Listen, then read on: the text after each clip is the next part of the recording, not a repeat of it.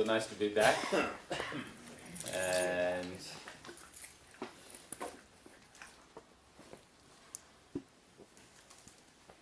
really very happy to be back after being on the road for a while.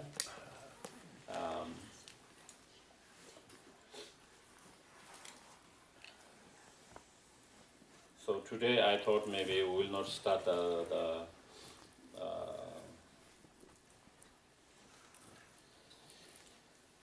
text. Maybe we'll start next week, and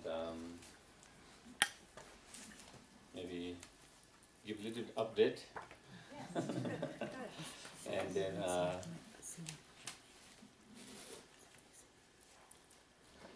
as many of you are aware that through my emails, where I've been, my letters, so after here I went to Europe, and in 6 weeks I visited 11 centers for study groups. It was a little bit hectic. Teaching weekend one place and teaching weekday at another places, because I had only 2 weeks, 6 weeks, and so trying to fit as many as possible.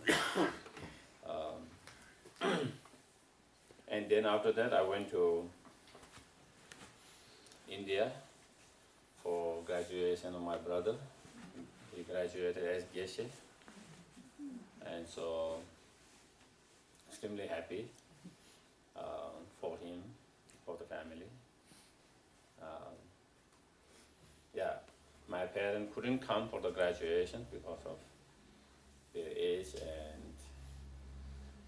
but my other brothers came and their family came, and I was there, and so the ceremony went very well. And of course, he's much more better student than me.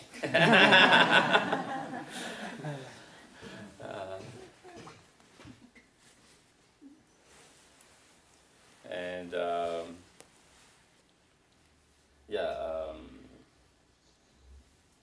so the ceremony went very well, just like everything else. Even you are a good student, sometimes during the ceremonies, things might not go so well. Still, like during the ceremony, still he has to go through. It's not exam, he has passed all his exam and everything, but still that you have to recite certain scriptures, prayers in front of everyone. You have to answer questionings that day, and so everything went very well, and we were all very extremely happy. And after that, and I was able to visit two of my teachers who are still there, who live still in Chandishwaja Rinpoche, as many of you know. So I was able to pay respect and spend some time with him. And then my other teachers, Khenso Lobsang Delek, also I was able to visit and spend some time. And then some time with some of my friends, students. So there are still around maybe 20 my classmates still in Sera Monastery. Some of them teaching the young monks, and some of them in retreat, and some of them helping to run the monastery in a different administration in different areas. And so it was really nice to see them. And then I took them for a lunch, and we had one nice day outdoor. We went out, and so that was I didn't want to leave, but I had to leave. I wanted to stay more time, but uh, I didn't have much time as I wanted. And then I went back to Nepal, spent some time in Kopan, and some time with my parents. And from the earthquake, the Kopan is have rebuilt one of the two buildings which were, they had to take it down. One smaller one they have already started, almost completed, and the bigger ones which they have just starting with the foundations. And so that is the case at the monastery. But in terms of Nepal, the situation is still the rebuilding is very slow.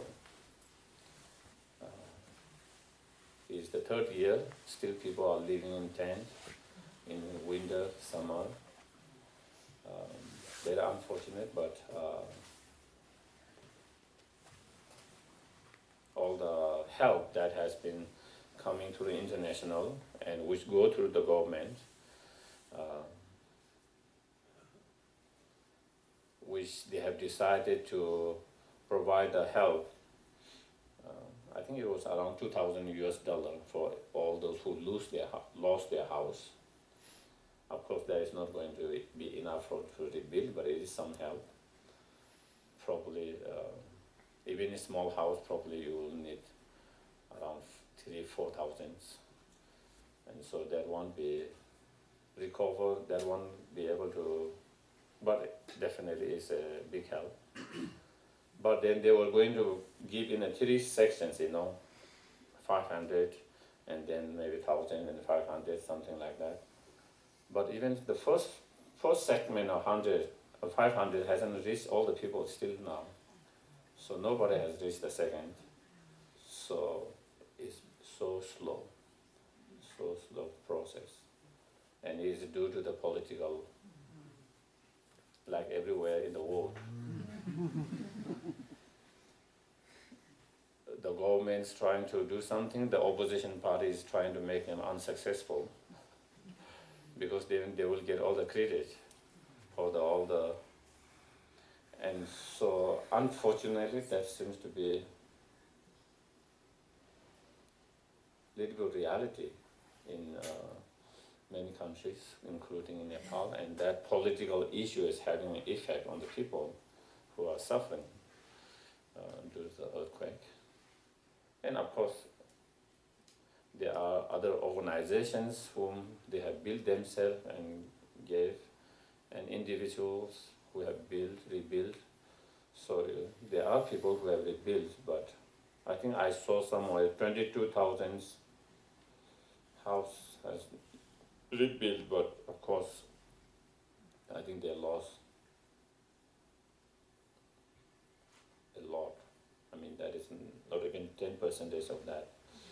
And so there is a lot to be done.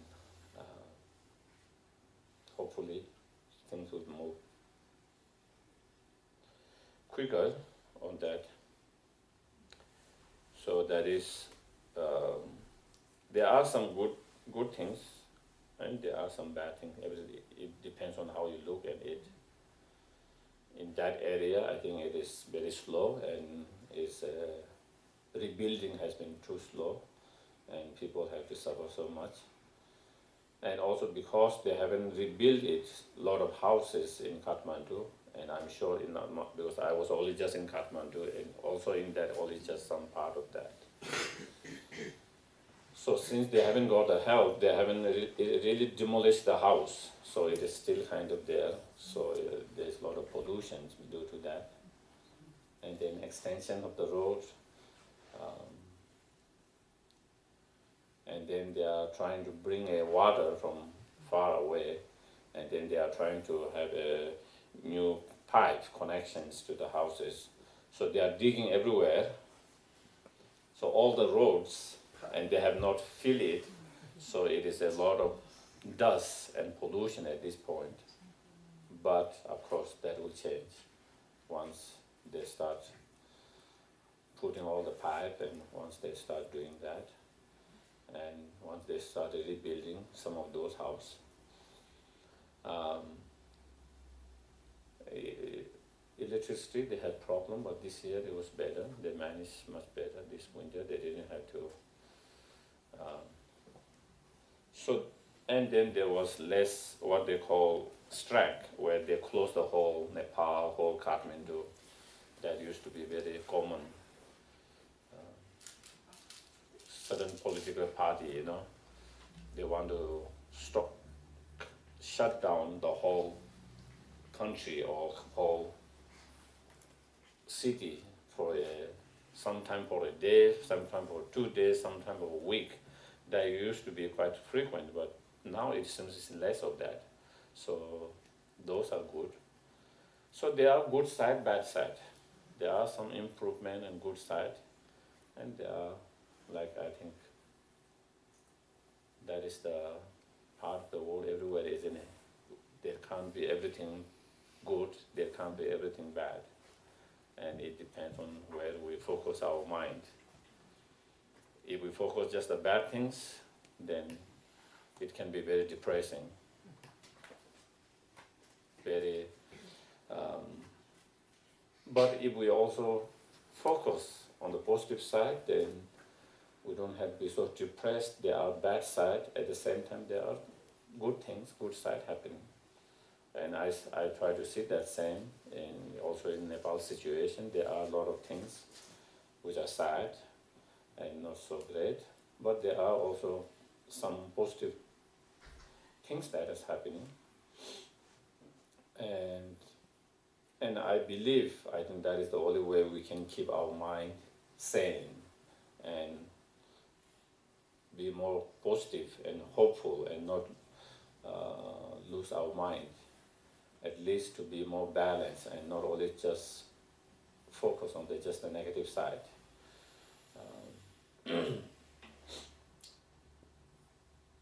And so the situation in Nepal,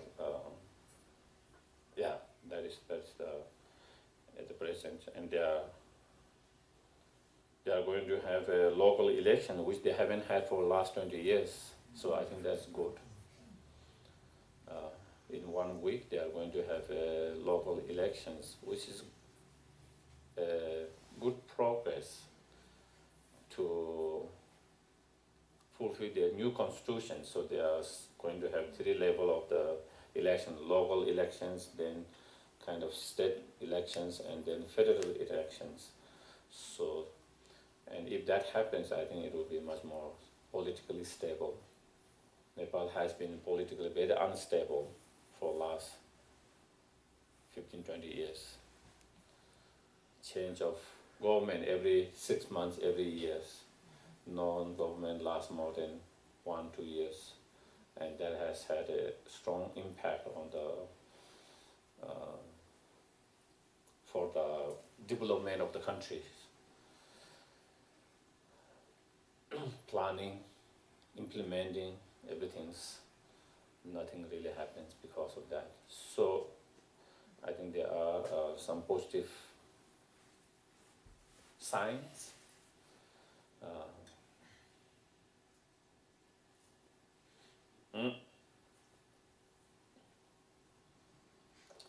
And then my families are okay, fine. I mean, of course, they have their samsaric problem. Which family doesn't have that? I think every family has their own problems. And so do my families. My parents are aging, 85, 86. So they have health issues. And especially my mom's health issue has been quite bad this year. So this is a kind of new reality that we all have to accept and deal with that.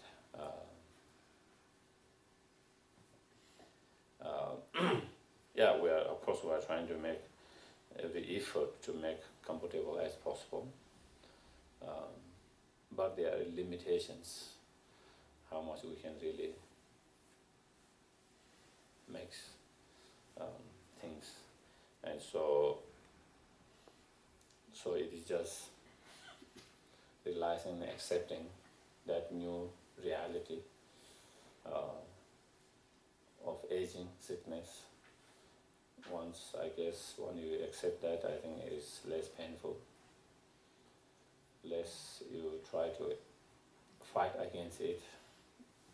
The more you try to fight against it, the more painful it becomes. Because this is something you cannot really change.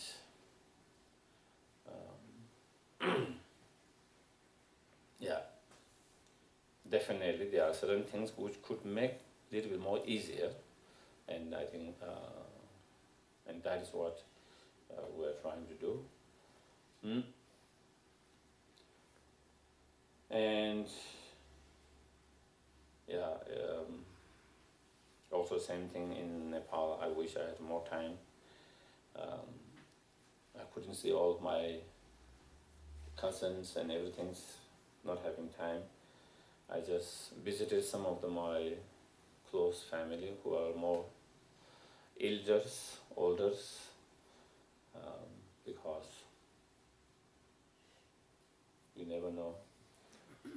I lost one of my auntie last year, 92, and I have another auntie who is 88, and then others who are in 80s, and uncles, aunties who are in 80s. So I can't give time for everyone, but I try to visit them all the time, and I visited them. And also when I was there, one of my auntie was in hospital, so I visited a couple of times.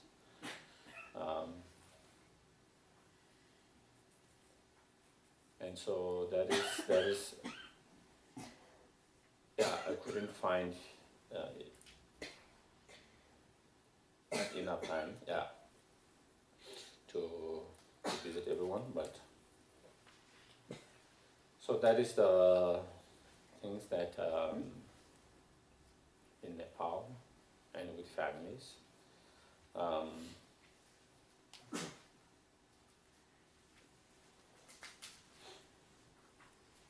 Then after that I went to Australia and for 2 months, and I taught at 9 places, again all over the state. I mean Australia, visiting many places. And I also had some time with my brother's family. I saw him in India and also in Nepal. He came for my brother's graduations and also in Nepal to visit my parents, so we had time. But I didn't see his wife and his young daughter, now aged 9 months.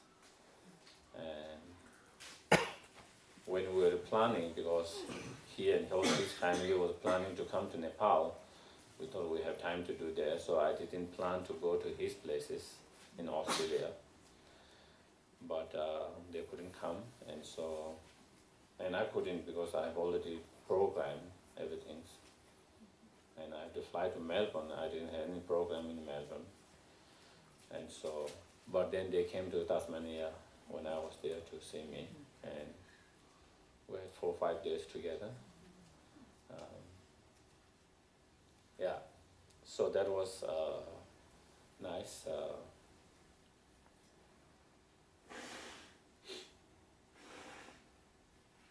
And yeah, while I was in Australia, I saw some of my friends, Geshes, at some centers who are resident teachers at center, and I visited the center where they are and taught them, some of them, and then so we had getting together and a lot of time to be silly.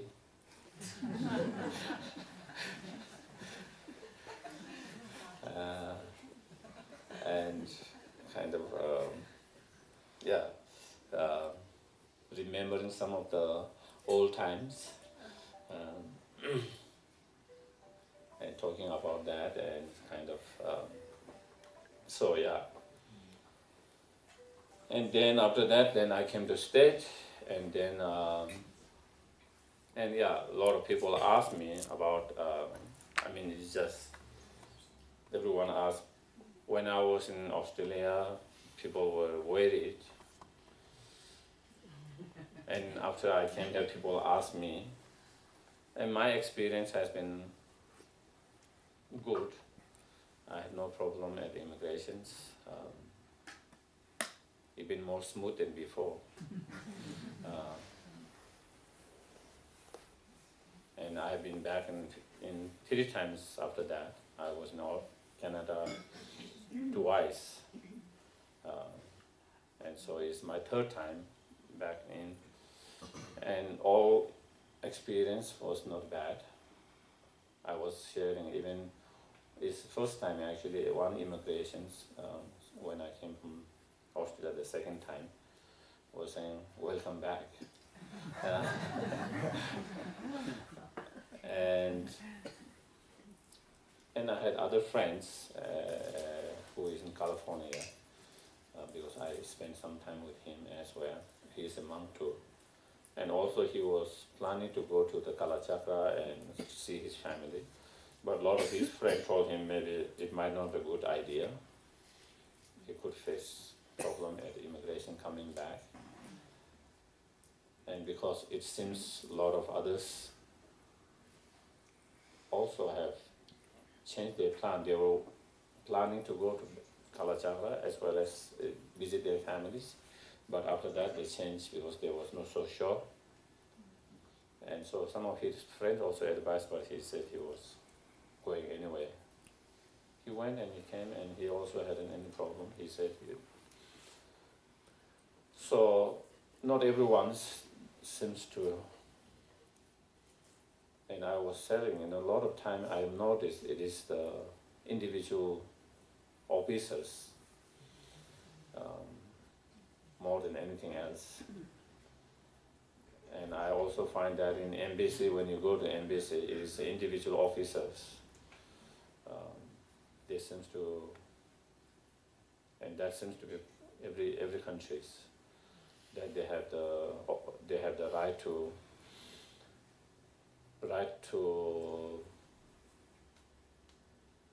reject or not to reject.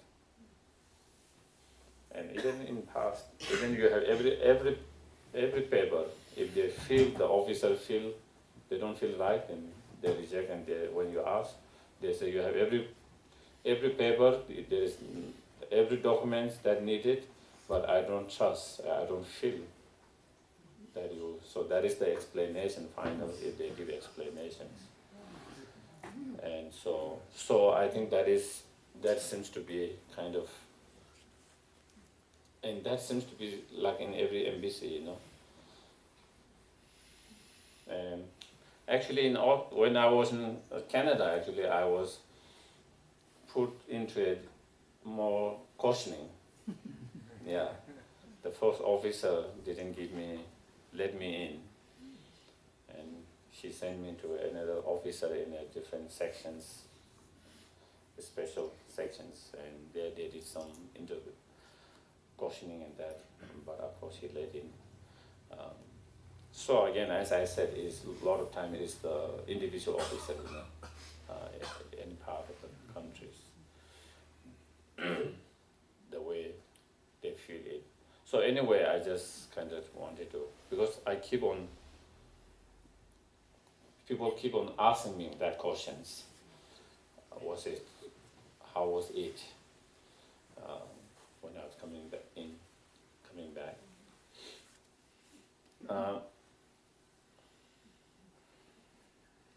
And so while I was state before I came here, I taught at 9 places in different places,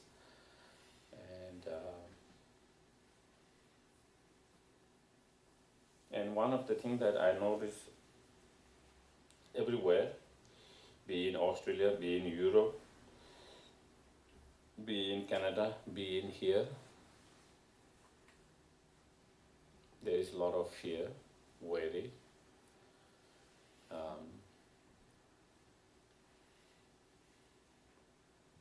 and also some level of anger, um, frustrations, anger, and I think that is not only here, but that seems to be everywhere I visited. People struggles. Everywhere people seem to struggle with that. And it's the same thing that I've been discussing everywhere. Same thing, same message. Um, just sharing some of the Buddha's thoughts or the Buddhist thought on that.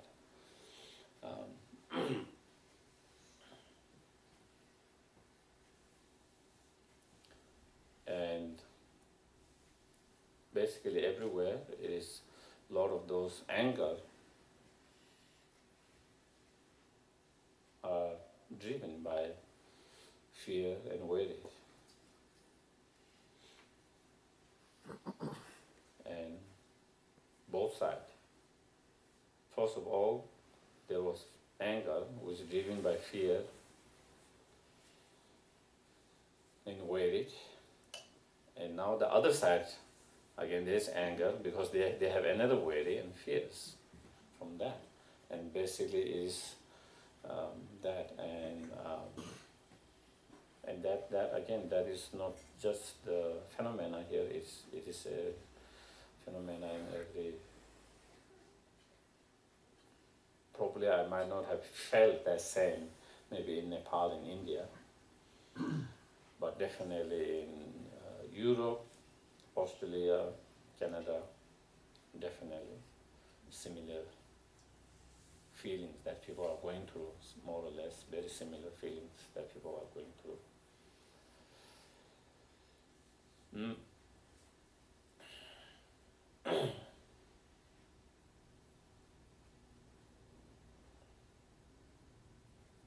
Yeah.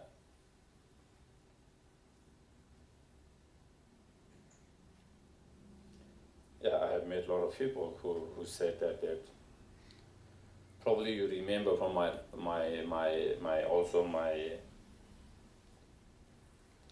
email or letter I sent at the very beginning. I was in Europe at that time. I couldn't sleep 1 or 2 days because my mind went. I slept, but not very good sleep because my mind was kind of going in that directions, and especially that so many people might be going through a lot of struggles with the new things. And definitely a lot of people were extremely upset, angry.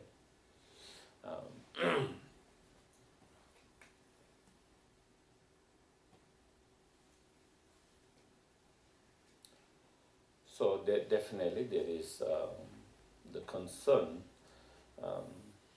but I believe that it is very important not to allow ourselves to be overwhelmed by a lot of those fear, worry, and lead to that kind of anger. I think having a concern and having a fear and worry is very different. I think someone can have concern about things, but the fear and worry is much more negative. That lead to a lot of anger. And when we are overwhelmed by anger, first it starts with the mental aggressions. Anger is mental aggressions, mental violence. Slowly we cannot control that. If we don't take care of that, then it will slip in our speech. Then our speech become more aggressive, more violent. And if we don't manage that, then slowly our actions become violent. and aggressions. That is how, if you see, there is that how it comes. So it is so important for us to take care of our mind. Take care of our mind. Crucial, crucial. Otherwise, we are upset and angry because we feel the government or someone, individuals, or is discriminating, unkind, exclusive, not inclusive. But then when we allow ourselves to be overwhelmed by anger, then we become just like themselves. We become exclusive. We don't become inclusive because anyone who are on those sides, we discriminate towards them through our feelings, our speech, our actions. So then we become just like themselves. Then we become ourselves discriminated. In exclusive, not inclusive.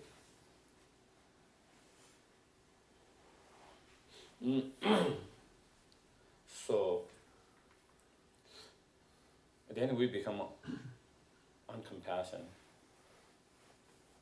And that is the very reason why we are angry, is because we feel those are certain people's or policies, certain uncompassionate towards certain.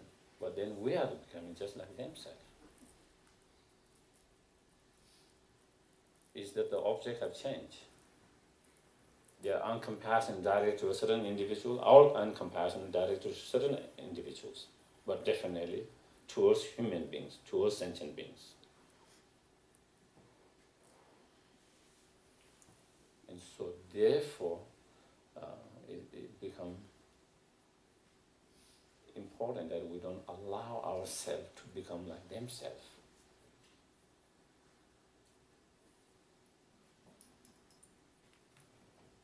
And that means, how can we become more inclusive?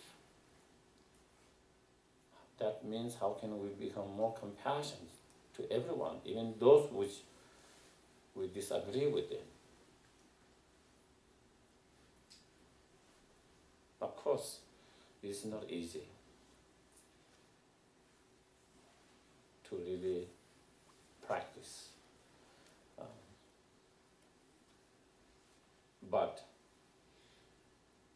But we have no other options but to do that. Even it's challenging, it's not easy, but that is the only way that we can find peace in ourselves.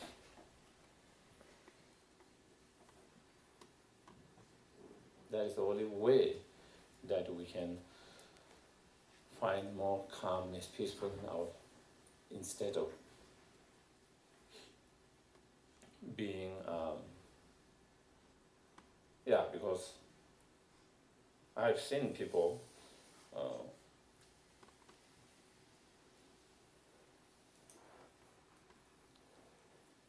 who said they couldn't function, they cry and mourn for weeks.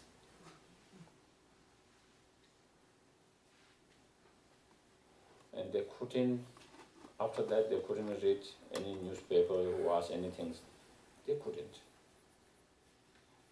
Like, I have one friend with whom I stay in Washington, and that was what she went through.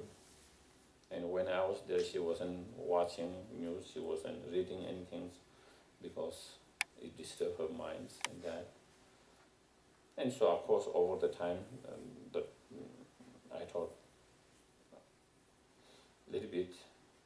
Of course, the topic was different topics that they are studying, but also I went through that, and also at home we discussed and talked back and forth a lot, and then she said it really helped her.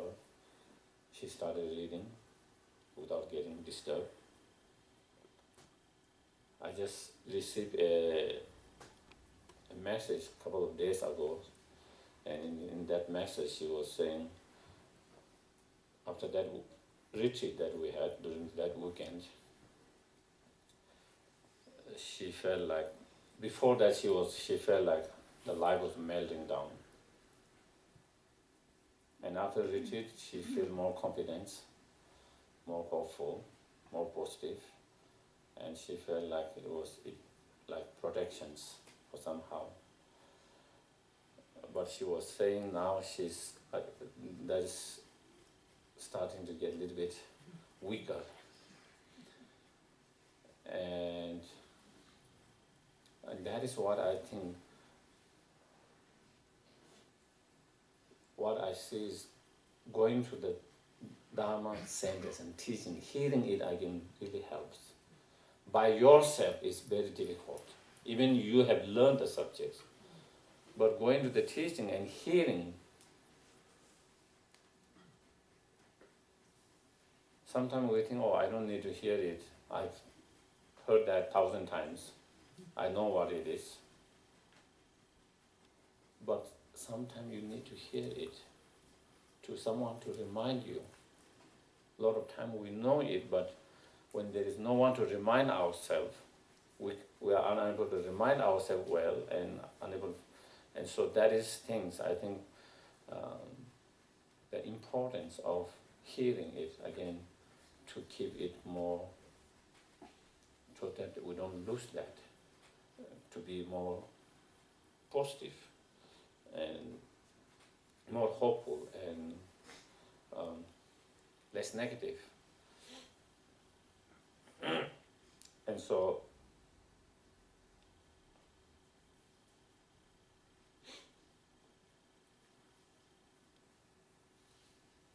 and I think that same thing, I think I see that not only here, that is happening all this, very strong in Europe now. Similar policies and people who have that. And if you look at them, again, it's coming from the fear. Because in Europe now, the unemployment rate is so high.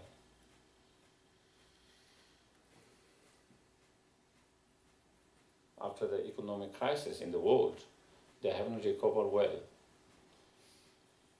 In Italy, Spain, more than 20% of unemployment. Not to talk about Greece and Portugal, some of those. Some of those much more, and even in France, more than 10% of unemployment. So there is that, and then of course people who have job, when economy not improving, they still have fear that they might lose their job because they have seen their friends losing their job, or they hear in the news that there's someone out there.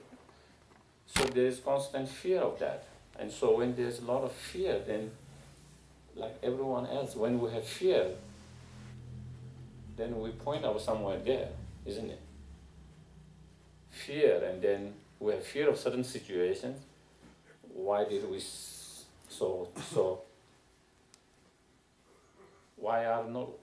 why is this unemployment high? Why couldn't they get employment? And then they started, when you have that fear and anger, then your mind gets in some other sense, and then you blame someone, those immigrations or whatever different things.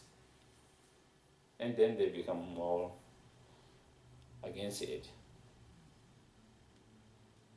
And of course also because there have been some situations, some violence over the years, especially in Europe. And there is that fear of being unsafe. Because few situations happen and then it is repeated again and again in the news and everything.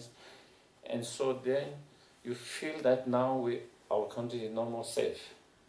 It used to be safe, now it's no more safe. Economy is going down. And so there is a lot of fear and a lot of unhappiness. And so when there's a lot of fear, worry, and unhappiness, then that fuels the anger. as we have been studying with Shantideva's chapter 6, what it fuels the anger is when your mind is disturbed and unhappy, certain things. So when you are fearful and when you are so worried, of course you are not happy. And when your mind is unhappy, then that fuels angers. And so definitely that is the situation. There seems to be, I think a lot of people doesn't have the same feelings when they have less fear, when they feel more safe, when they feel they have better job, their economy is better. And so I feel it is just kind of like everything goes to a certain point and then it comes down. And again, it will go up. That's all the waves that we have seen throughout the histories and time to time. And I think economically, we went very well all over the world, top at one time, and then it crashed. And it will build up slowly. It's a matter of how long it takes to really build up. And again, I think when things get better, I think when people feel more secure, more safe, they don't have the same negative feelings they have at the moment. Because at the moment, a lot of those anger, frustrations, anger are driven by all those fears, different fears and worries. And so,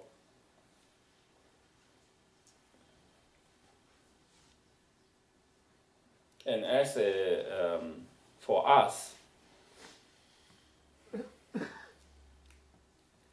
who have been studying the Dharma for a while, we have access to some of those meditation techniques which a lot of people does not have access. We are very fortunate to have those access, but we have to apply those access. A lot of people, even they want to apply, they don't know how to do it because they don't have access to it. But for us, it's about trying. It's not about not knowing the technique.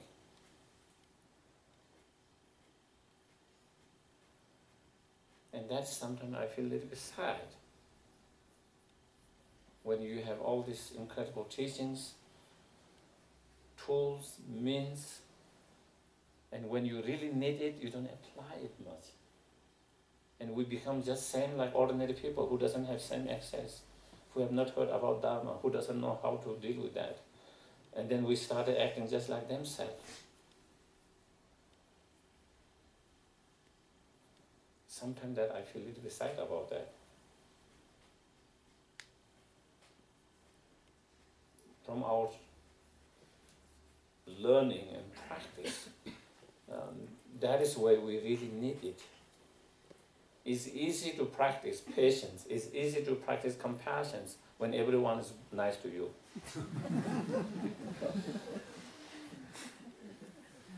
We can all perfect compassion, we can all perfect patience easily. When everyone's nice. But it is the time when people are nasty and unkind to whether you individually or as a society towards certain individuals, certain society, certain groups, whatever that's where we have to really apply.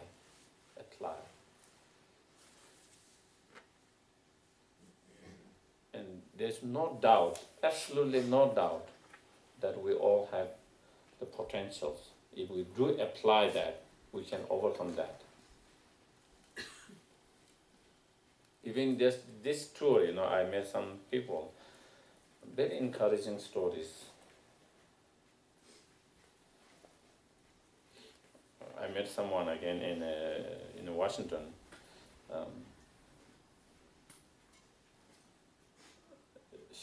She told me that she's a Vietnamese immigrant. Her parents came here, and I guess maybe they were sponsored by some missionaries, and so they were Christians. So her family had been practicing, including herself. And then she had a hard life. She had 3 daughters, and her husband left her with another woman back to Vietnam. She was left by herself. So she had to take care of, support 3 children. So she said she had to work 18 hours a day, to support the whole family. She hardly had a week a day. So it was very harsh, very difficult. So each time she go through that hardship, and she remembered it was him that she had to go through that. So anger arises, and it stronger and stronger. So each time she remembered a thing of him, she gets extremely angry and upset. And then if her children have any connection with the father, she gets extremely angry and upset with the children as well.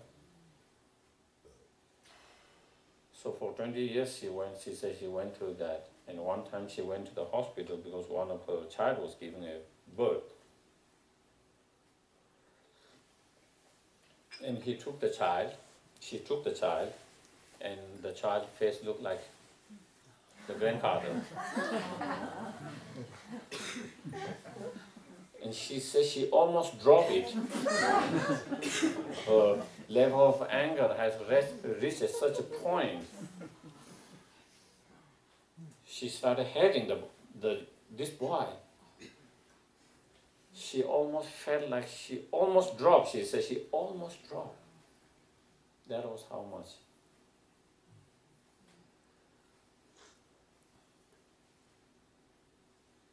And then she met the Dharma through some of her friends.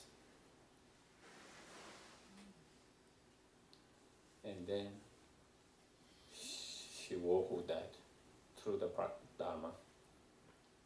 And slowly she overcame that.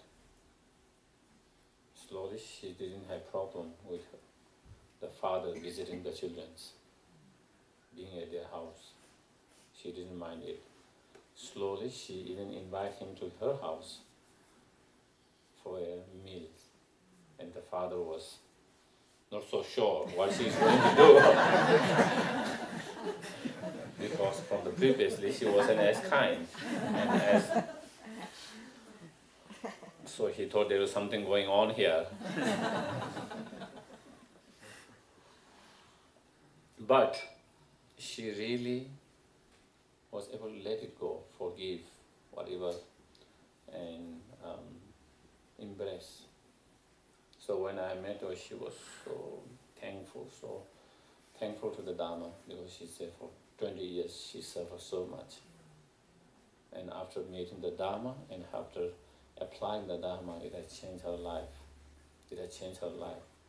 She has not been carrying all this anger which she was carrying for before that 20 years. And that is exactly what we see.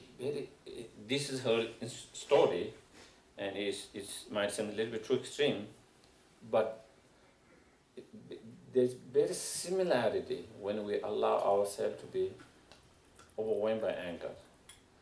Not only you get angry with that person, you get angry at anyone who is associated with that person. Yeah? You start to get angry with anyone who is associated with them for no fault of them a lot of time. Such is that your mind becomes such a blind.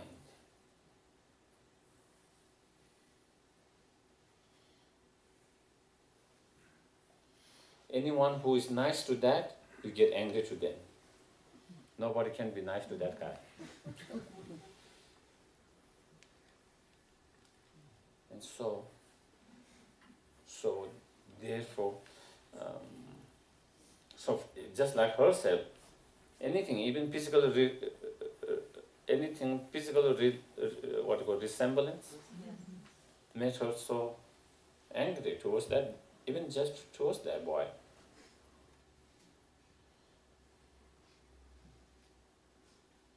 And I think that is so. We have to, no option but to work with our mind. No option but to work with our mind.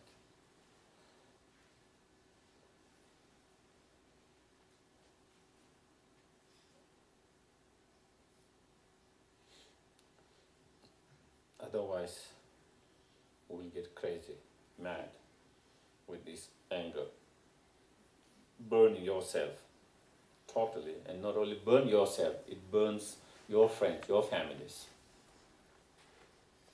everyone around you. Then you lose your friends, families. Not only it burns you, but it burns people around you.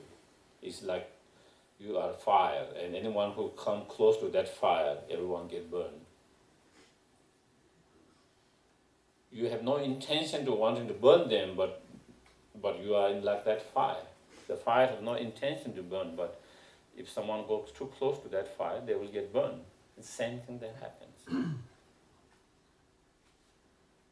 So not only it is needed for our own personal peace, mind, but also for the peace of your families, your friends. Coming to that, I met another a man in Montana, Missoula. And again, he was sharing how he came into the Dharma. And he said he has a problem with anger. And then when he get in conversations, he become, anger arises easily because he has that issue. Even some discussions, even with friends, certain discussions. And then he get in a really serious discussions. And so over the time, after some time, when they go to vacation, something, of course, you always have some discussions, isn't it? With friends, you discuss about different issues, and different issues we have different opinions of different issues. So, and when you have some problem, then when it becomes much more stronger. And he started being that, and after some time, his friends told him, you know what? We don't want to be around you. You ruin our vacations. We come here to enjoy, relax, and you start that kind of conversations with your anger, and it ruined the whole things. And his friends, after some time, they say, we cannot take it anymore. They're told, we can't invite you have for our gatherings, our parties, our picnics. And that is when he decided he had to work with that. Because you have friends, and then you start losing those very friends who cares about you, because they cannot handle that energy of that. And so therefore he said that was what brought him to the Dharma. So therefore he was looking for a way to work with his anger. And through someone's, then he came to the meditation and the Dharma, and now he has been in Dharma for a while. And he still has still little bit of issue, but nothing like that before. Nothing like that before. He still has a little bit of still a little bit, he said he still need to work on that and be mindful, and he need to work.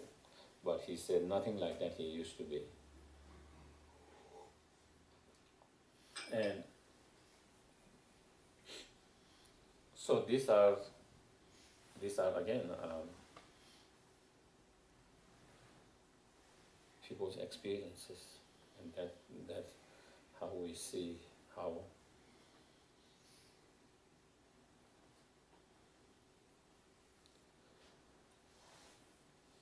one of the questions I often get, and not only me, I think all the, I guess, all different other teachers and everyone who get similar questions.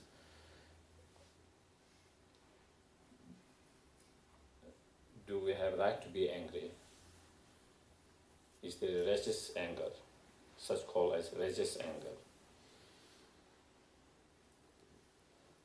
And my answer is, yes, you have right to be angry.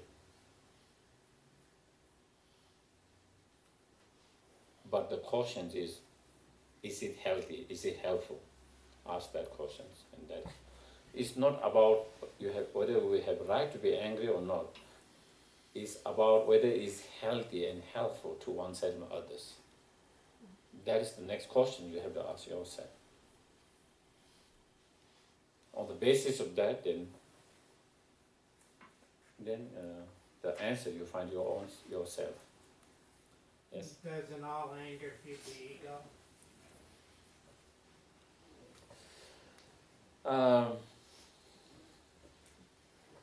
I guess so, because all the delusions, all kind of delusion to some extent, it feeds the ego. But definitely, a lot of time, the delusions arises because of the ego. Our ego feel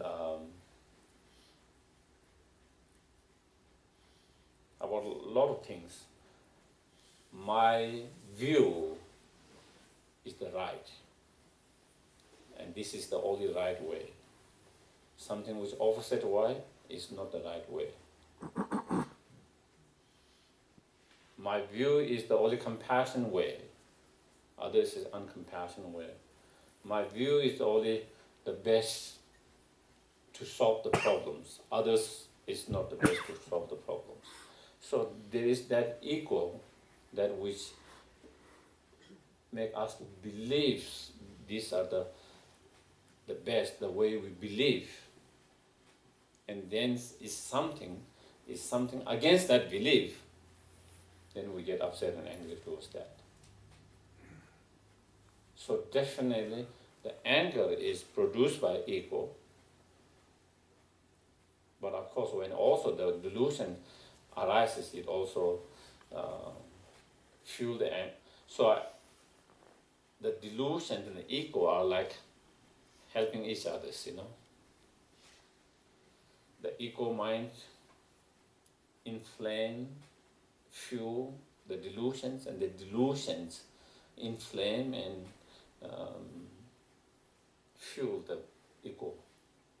So it has both ways.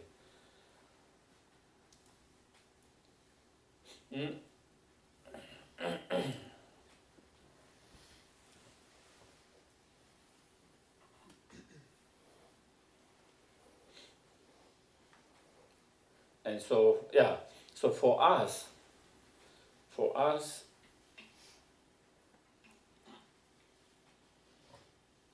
those who have taken bodhisattva's vows,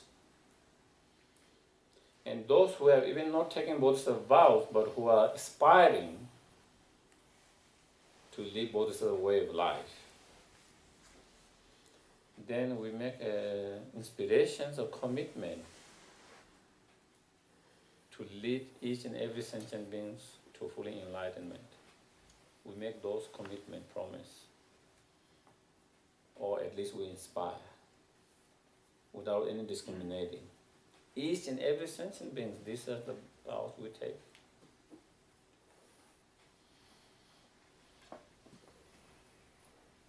So therefore, how can we have so much anger, hatred, and negative feelings towards so many other beings. It goes very against our bodhisattva's vows. It goes very much goes against the bodhisattva practice, way of life. So, again, from even that perspective, we have to be very, very careful.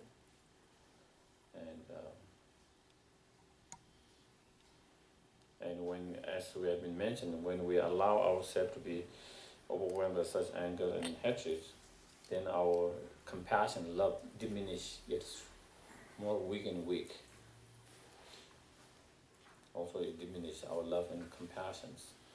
Started to get diminishing, gets weaker and weaker, and so from so many different angles. Even we cannot have compassion to them, which is not easy.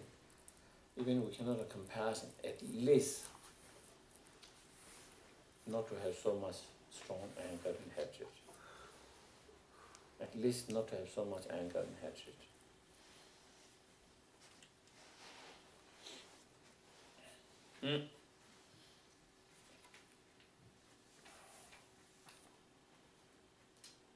So,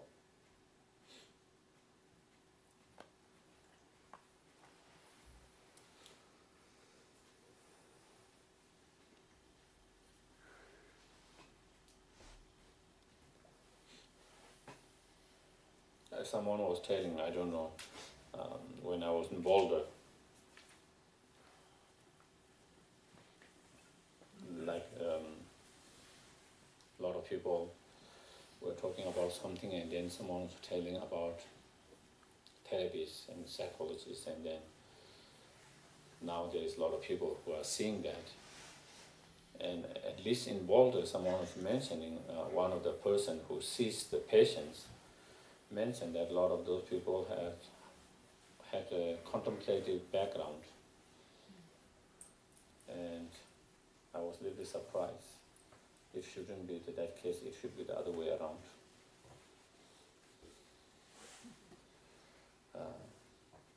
That was a little bit,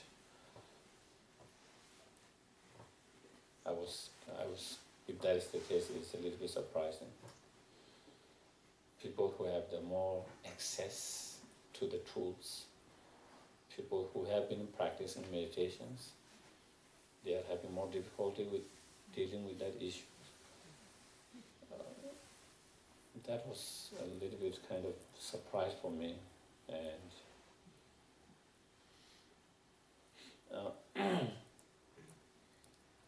or maybe it could be just maybe they went to see and some other, they never bothered to go and see them. It might be that cases, who knows, and maybe it's not that the case. But if that's the cases, then it is a little bit kind of strange for me to see that. Definitely, there is no doubt that we all have instant moments. You can get angry in the instant. But that shouldn't be a big problem if you just let it go. That is not a big problem. But the problem is when we get anger and hatred and then we hold on that and fuel it and keep it alive. That is where it becomes very destructive and dangerous and very, very bad, negative to your health, physical health, emotional, mental health, and also creating a negative vibration environment. And so that is the one thing. I mean,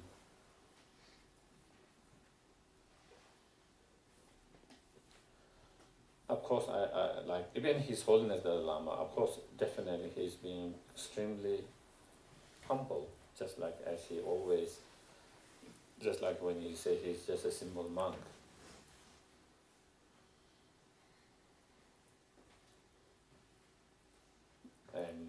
sharing those of some stories just to inspire us, show us the path. But he also said there are some times when he loses his mind, but then he can let it go like this.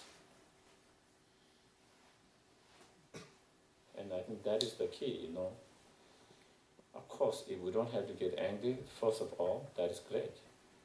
That would be the best. But even when we do get angry due to certain situations, circumstances, knowing that and to be able to let it go and not to hold on that is the key. And we don't have to be so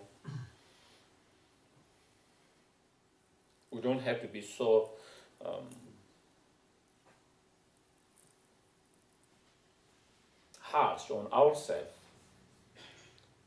for getting moment of those emotions due to certain circumstances.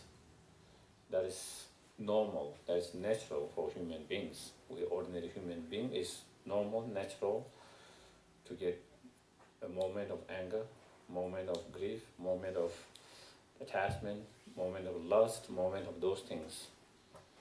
That's very natural for us. But the thing is not to fuel them and not to hold them. That's the key.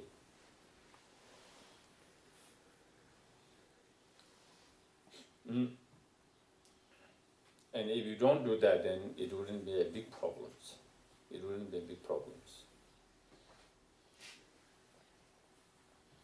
Then it doesn't become a big problem because you are not carrying that burden in your mind all the time. You are not carrying that fire of that anger in your time. It's just one moment of that fire and then it's gone.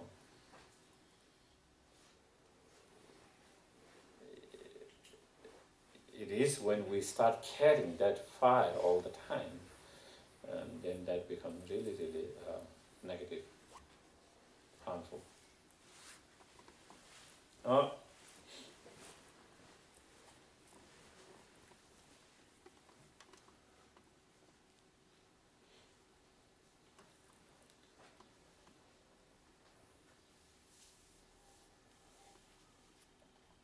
And if we see about the whole,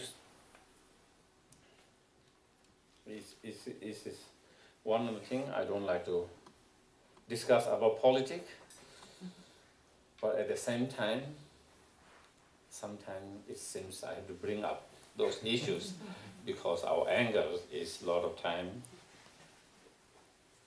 arises from some of those things, basically.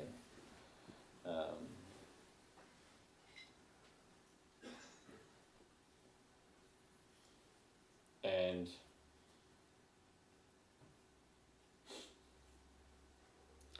so we have to, instead of being angry to the individuals, if we do need to get, if you cannot, you need, if you feel like you need an object of anger, the system, not the individuals beings, but it's a system. Okay, so then you don't have to lose compassion to any sentient beings, any individuals. And it's the system.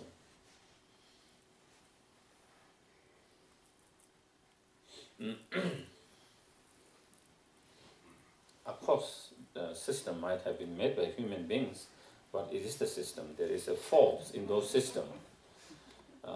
And a lot of time when the people make those systems, a lot of time they try to make a system where it works and there is no fault, but every time you find. And that we have to take with responsibility our own experience. As a headmaster, as a teacher, as a different, I try to, whenever I try to do best as I could. But I find there are a lot of faults. Some of things that I've done later, I find there is something which I didn't see at the very beginning, but later I see, fix on. And so that is everyone's. And so to understand that, is, again, I think it helped us not to be so angry with human beings, sentient beings, individuals. It's a fight of two ideologies. Okay? And I say, a lot of the policy that he's following, no matter who, if they have won, they are going to follow all this because they have been campaigning for 7 years, 8 years. This is their ideologies, wherever that come from, different. So any president, whoever comes, they are going to do a lot of those actions that he has taken. Maybe slightly different, more skillful means, and less egoistic, and those 10. But in terms of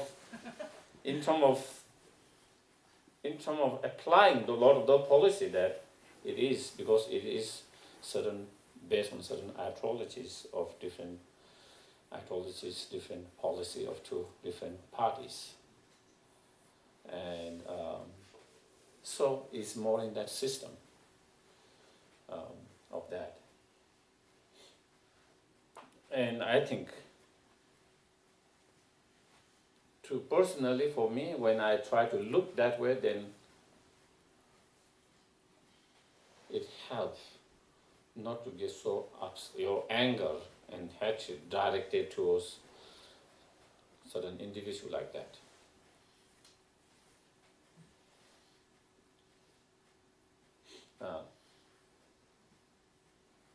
And if we need to change the system, then it has to be changed so many. And I think there is chance of changing the system.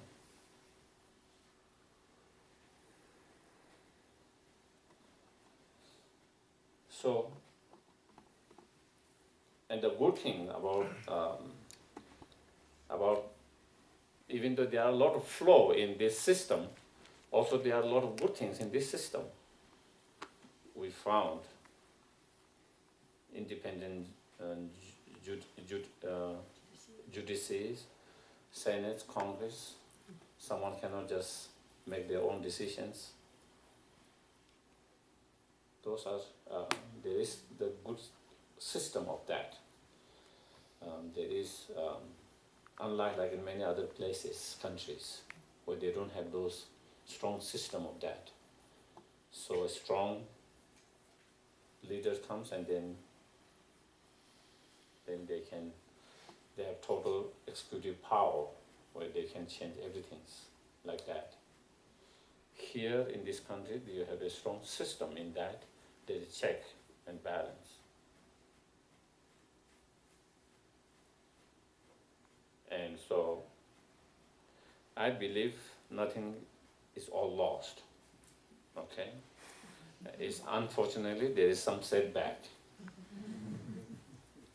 But we will move forward. I believe.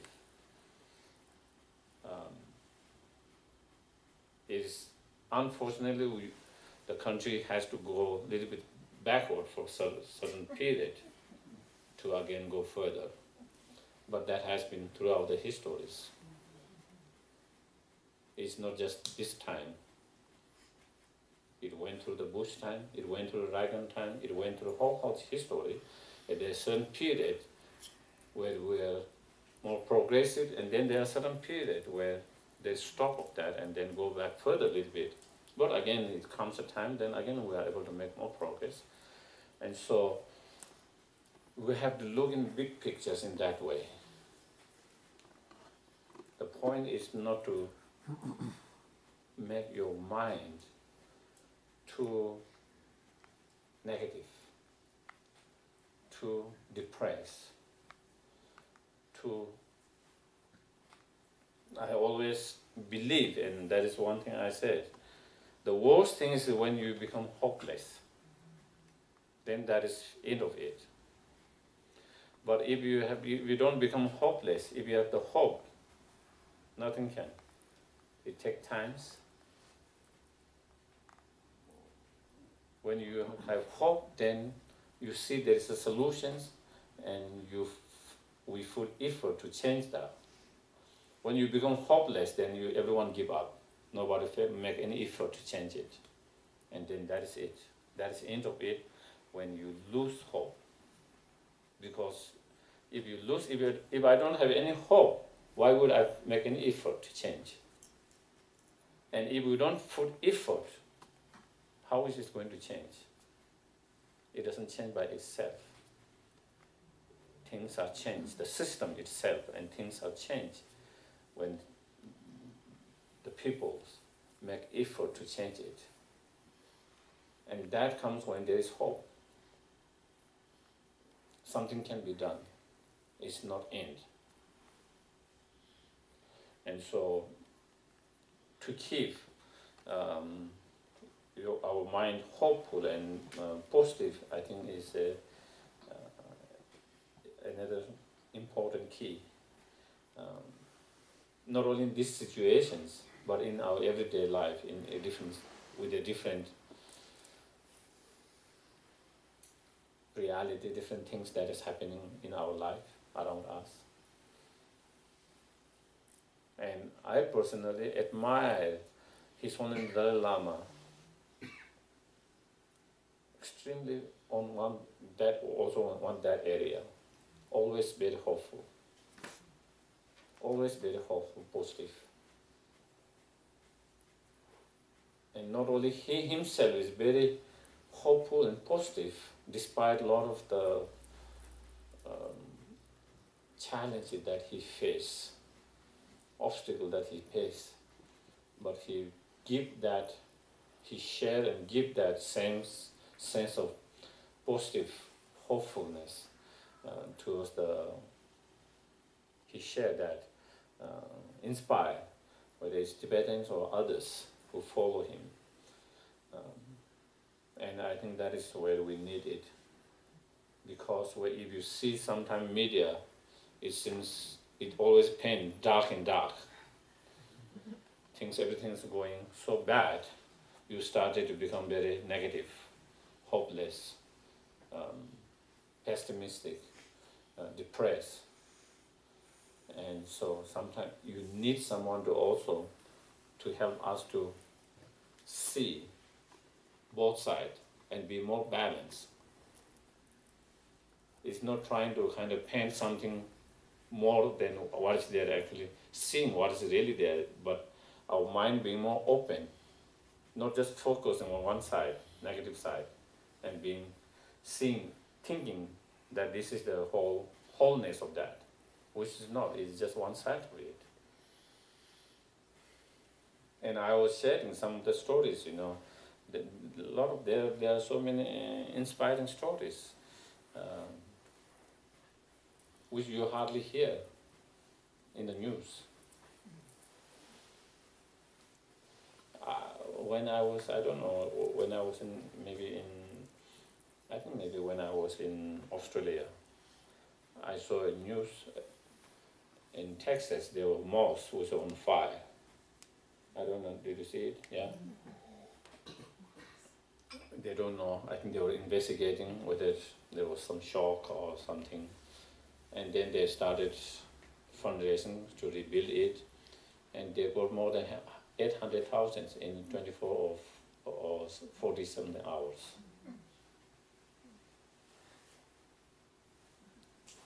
The generosity, the compassion, the feeling of people wanting to help. Those doesn't get much coverage, hardly any coverage.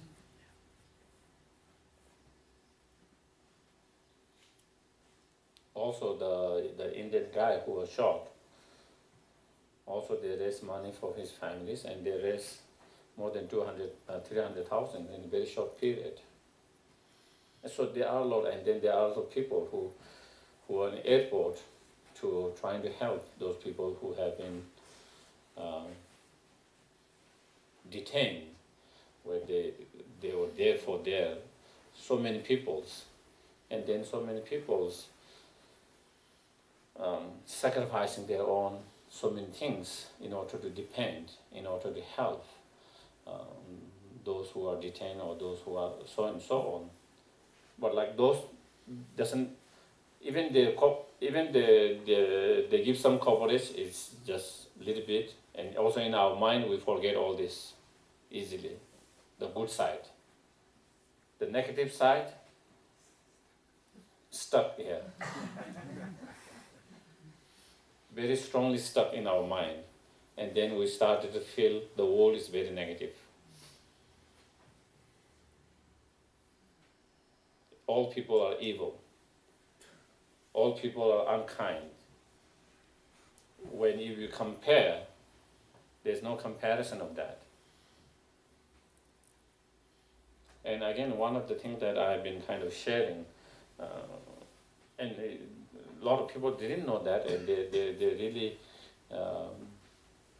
they say it helped them. I was sharing because the majority of the people in this country didn't vote for him. 92 million didn't vote. Eligible 92 million people didn't vote. That's what I saw in only 47% of eligible people voted. So that means 53 eligible people didn't vote it. Majority people didn't vote it at all. Among those who voted, in terms of the people who voted, she was leading by more than 3 million. More people voted for her than him. So it is not that the majority of these people of this country voted for him, where a lot of people outside, they think that way. So therefore, there's a misunderstanding. There is so many people who actually support a lot of those policies. But if you see in the term of number, it's less.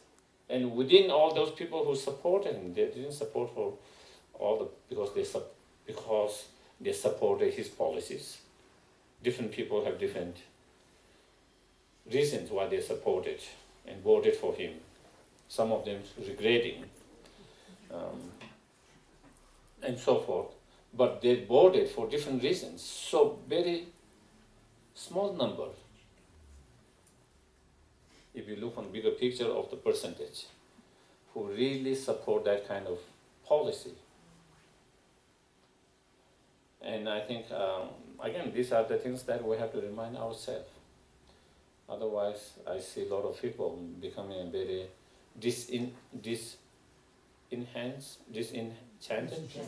disenchanted with the whole humanity.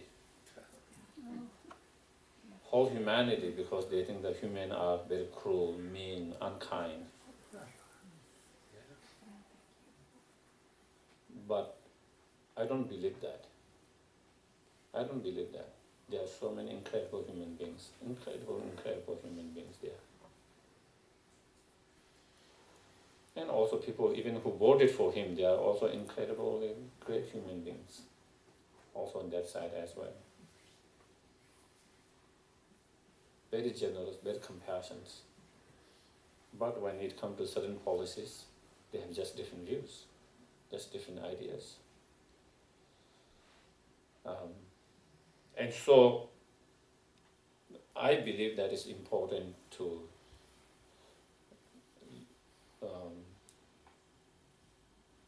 keep our mind positive in that way.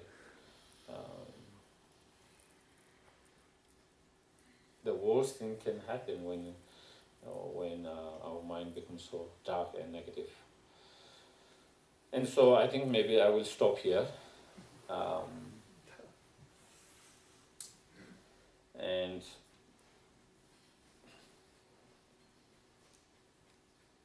I happen to come all the time in the most challenging time. When I first came in the United States, it was a little bit less than 1 month before 9/11. That's right.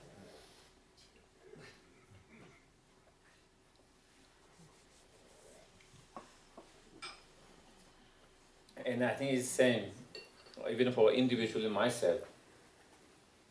Sometimes if I play too much negative side, I can get enchanted, unhappy, like Nepal politics, you know.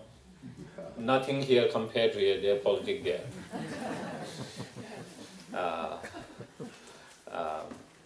But then also I see good side. There are good. There are also good people there. There are good things happening as well, and it's not going to last like this. Things has to change. It will change, and there is movement growing for the change, and a change will come. It's a matter of how fast that will come. Hope that it will come quicker than that, but positive change is definitely coming, and it will come, and that keep your mind more stable, more peaceful, and I think that is the only way that if I can be any help, that's the only way I can be help. If I started getting very negative myself, there's no way I can help others. I will need their help. Probably I will need to go and see therapy myself. So I will be needing more help. And so yeah, no matter how challenging that might be, you have to keep your mind positive. That is my mantra, my will. Yeah, sometimes even, sometimes I get a little bit overwhelmed once in a while. Because sometimes, you hear a lot of your friends, students, close friends all over the world, so many, their individual problems, suffering, pain. When you hear 3, 4, 5 each day and feel like hopeless, helpless, not hopeless, helpless,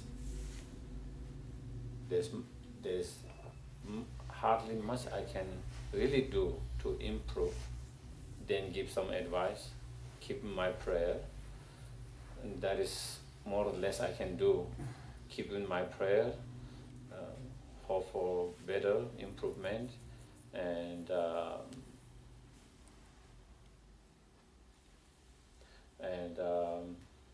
if there is any can be any help, give some advice.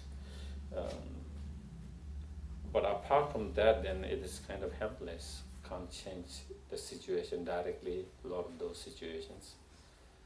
And so when you are close and when you have strong connection and when you hear that all the time, constantly, so many of them, sometimes it might feel a little bit kind of overwhelming. But then I have to think positively in a different, I have to gear myself, I have to kind of, it's like switch off the light, I have to switch off the light so that I don't go into this dark and too overwhelmed by that. And so to do that, I think I have to see something positive in that. And when I'm able to see something in that way, then I think I can switch off my mind and not be overwhelmed by the pain, the sufferings. Yeah. So I think we do the dedications.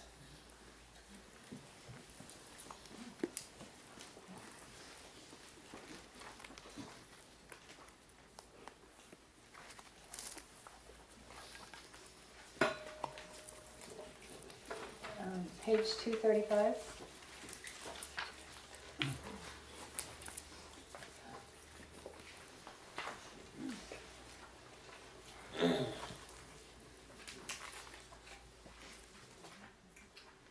Are we saying in Tibetan or English? We can do first two in Tibetan. In English. Due to the merits of these virtuous actions, may I quickly attain the state of Buddha, and lead all living beings without exception into that enlightened state. May the supreme jewel bodhicitta that has not arisen arise and grow, and may that which has arisen not diminish but increase more and more. page 244.